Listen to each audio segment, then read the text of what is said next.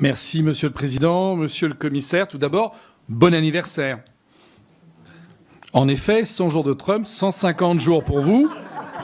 On voit sans souci où se trouve le bilan positif pour la France et l'Europe. Plus sérieusement, encore que c'était très sérieux, je souhaite profiter de votre présence pour vous interroger sur la stratégie industrielle européenne en matière de défense et en particulier sur les difficultés rencontrées par les PME ou les ETI de ce secteur. Le rapport Draghi a mis en lumière les problématiques de financement de l'industrie de défense, notamment pour les PME et les ETI. Aussi, il indique qu'une étude européenne réalisée en 2024 sur l'accès au financement en fonds propres pour les PME du secteur de la défense estimait à 2 milliards d'euros le déficit de financement en fonds propres et à la même somme le déficit de financement par l'emprunt. L'une des causes de cette situation est que la Banque européenne d'investissement excluait le secteur de la défense. En effet, lors de l'audition que le groupe d'études d'industrie de défense, avec M. Pommelet, président de SIDEF et PDG de Naval Group, ce dernier nous a indiqué que les investissements en capital dans les industries de défense pouvaient être entravés par l'exclusion de principe du secteur de la défense des critères ESG.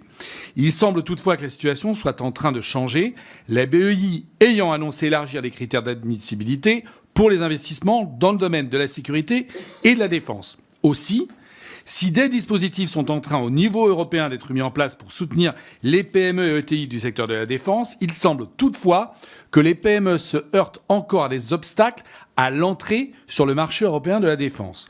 Dans ce contexte, et alors que 800 milliards d'euros ont été annoncés pour accélérer dans le secteur de la défense au niveau européen, pourriez-vous nous indiquer quels leviers pourraient être encore actionnés selon vous au niveau européen pour soutenir encore plus et davantage les PME essentielles pour l'industrie de défense? Je vous en remercie. Merci Monsieur le député. Monsieur le Commissaire. Merci beaucoup. Bon, comme vous l'avez dit, 800 milliards d'euros ont été débloqués. Si je résume à peu près les choses, on a ce qu'on appelle l'escape clause qui permet aux États membres de s'endetter plus pour acheter du matériel militaire. On est en train de réviser tous nos fonds européens et donc le fonds de cohésion, l'organisation des fonds de transport, etc. pour pouvoir regarder comment nous allons décloisonner ces fonds pour permettre l'achat de matériel, y compris de défense, dans ce cadre-là, tout en gardant les objectifs sur lesquels les fonds étaient ciblés.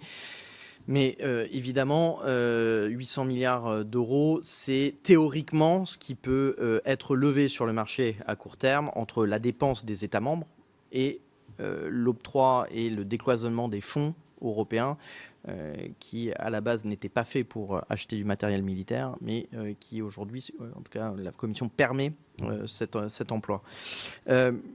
Nous aurons un omnibus de simplification pour régler les sujets, y compris juridiques, qui sont liés à la défense et donc y compris à la transition d'un certain nombre d'industries civiles, dans l'industrie de la défense. On a quelques sujets, y compris à régler dans le cadre des marchés publics pour simplifier également un certain nombre de passations. Et puis, l'objectif principal est la révision des marchés publics, y compris sur la question de la défense, pour pouvoir mettre des clauses de préférence européenne, d'achat européen, et de permettre également à ces marchés de grandir et techniquement d'avoir plus de marchés, plus d'offres, plus de demandes. C'est 14% du PIB européen, les marchés publics. Alors évidemment, ça ne correspond pas du tout à la part de défense, mais dans tous les pays européens, le budget de défense est en augmentation. Et donc on doit pouvoir réorienter une partie de ces marchés publics sur nos industries. C'est là où je pense le delta, si on veut chercher de l'argent, en quelque sorte, et des nouveaux marchés se trouve. Merci beaucoup.